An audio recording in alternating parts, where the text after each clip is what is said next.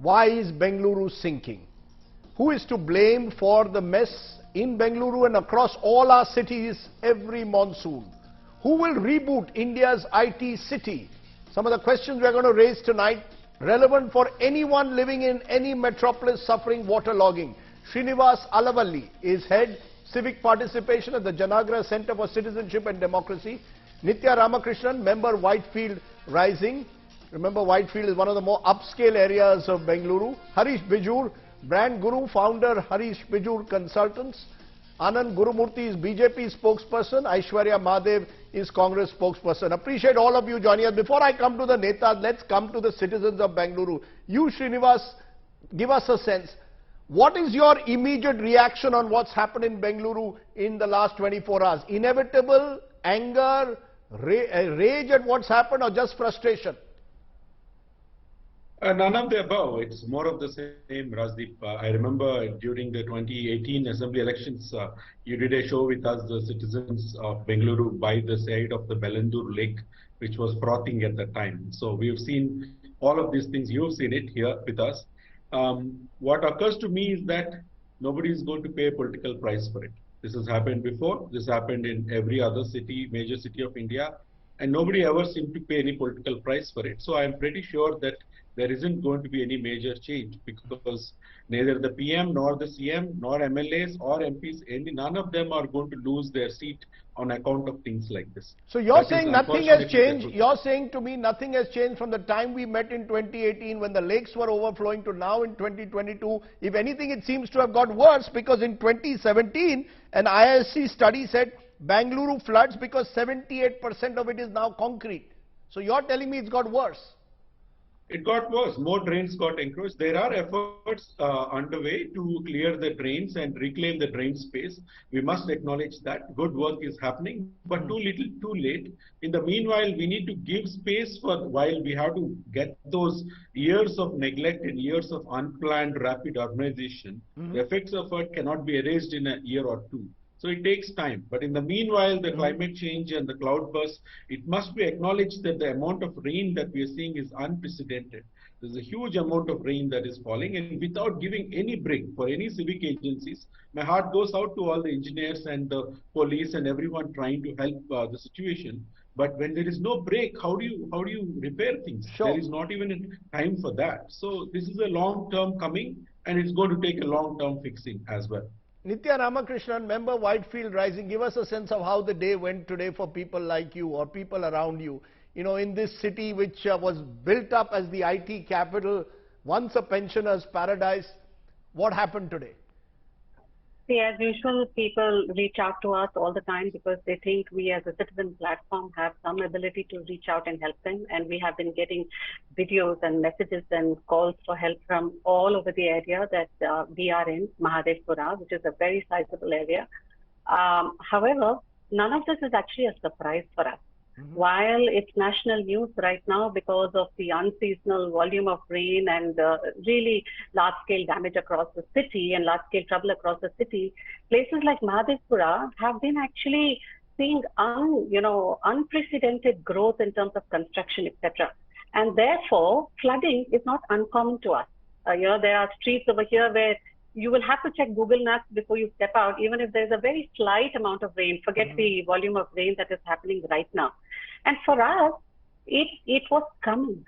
Construction, whether legal or illegal, over things that should not be constructed on, has been par for the course here.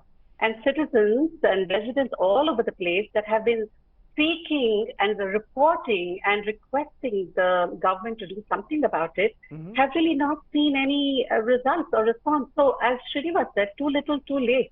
Certainly, something is better than nothing, but it comes down to only one thing, Rajdeep. Where is the accountability? And the accountability is not in the political system, unfortunately. Honestly, it's the bureaucracy. They run the city. They are accountable for what is happening today, whether it's the traffic or the water, both of which don't flow in Bangalore. They will turn around and of course tell me that there's a nexus between corporators and the bureaucrats and indeed local civic officials. We'll come to accountability in a moment. Harish Bijur though, it was branded at the turn of the century as IT capital. It still has some of the the best IT brands in the country, and yet as the IT sector itself has suffered in terms of waterlogging in and around it. So, you know, how do you see the fact that India's IT capital will now be branded as India's sinking city?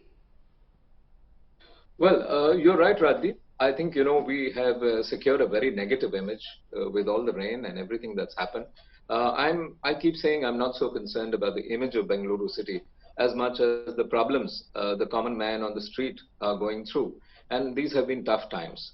So the rains have come. And I think, what's really happened is a city of lakes will always be a city of lakes.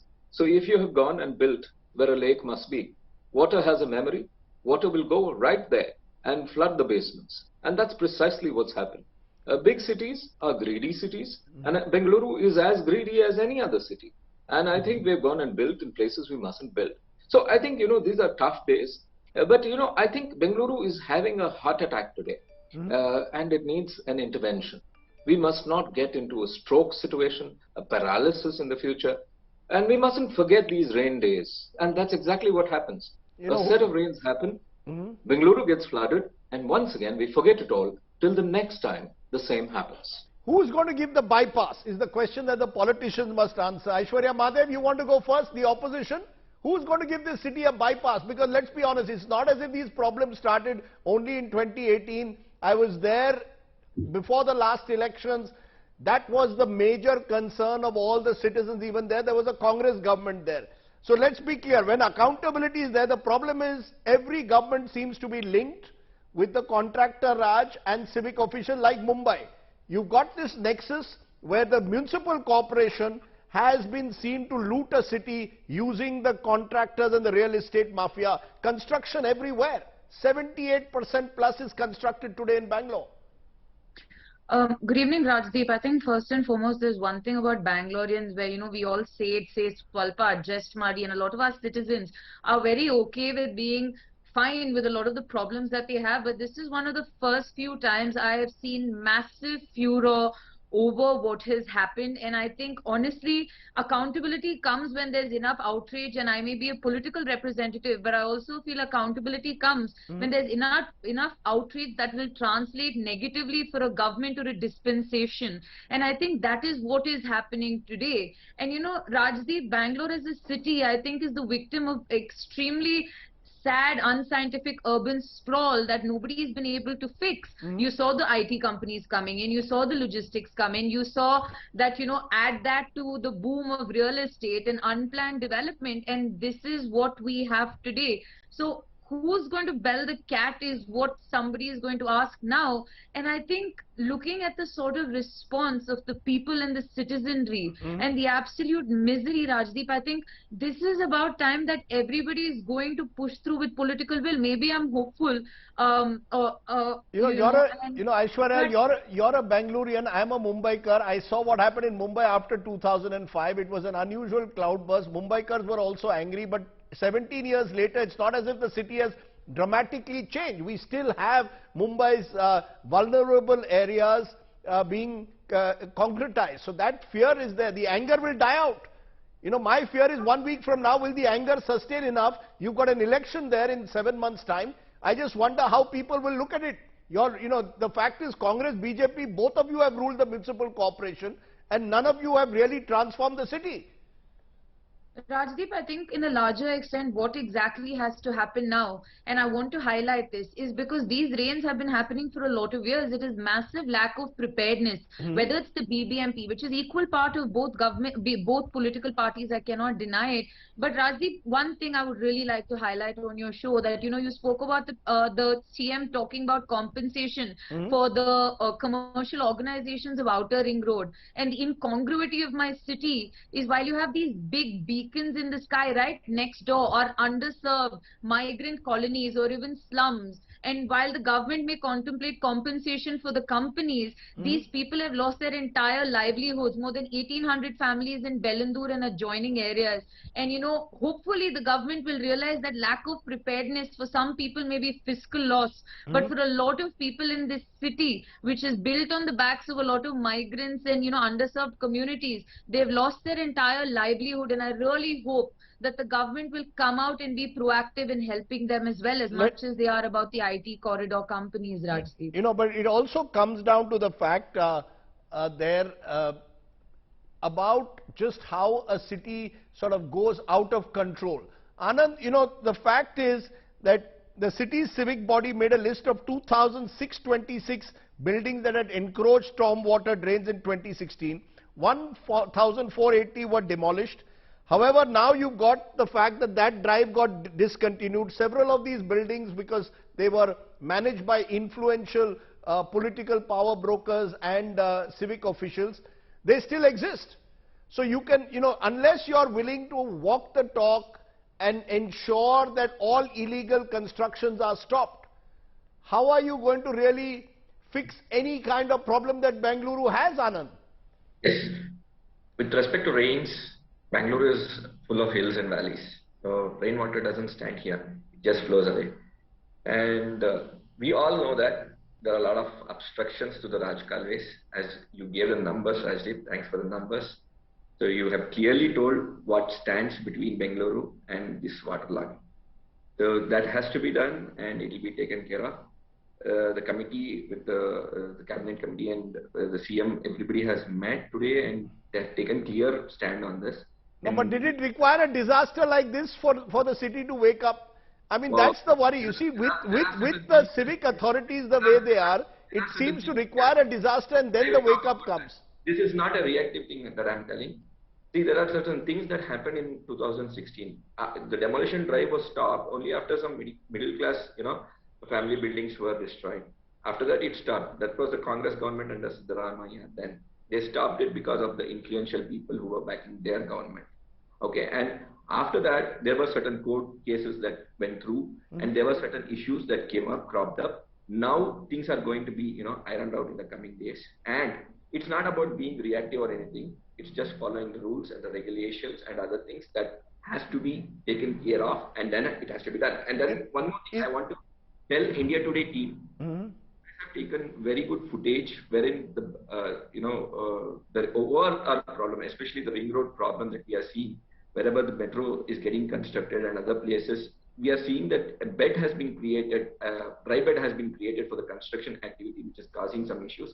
That also our engineers have noted, and that will be taken care of in the coming days, so that there is water movement on either side. If you observe the footage that you are beaming now, there's a dry bed in between, which is not letting the water go this side, that side. That will be taken care of.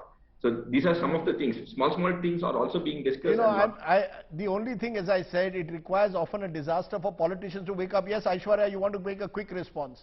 You know, Rajdeep, when he talks about what happened in 2016, what happened with Mr. Siddaramaiah, I could go back to Yediyurappa's time of denotification, but let's talk about the past 3 years. Look at how much they have allocated. Even in their manifesto, they promised a unique, you know, a separate branch for Bangalore itself and its infrastructure, 10,000 plus crores. How much have they invested in whether roads or stormwater drains, or even having proper sewerage supply, or even rehousing people who live at lower or areas of risk of inundation?